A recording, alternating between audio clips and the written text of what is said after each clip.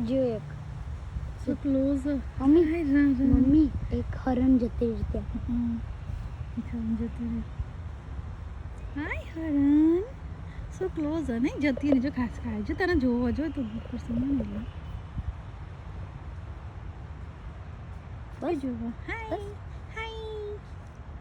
હાય એમ જોડે નહીં જાણ હલવાને ને હલ્યા તો જતું રહે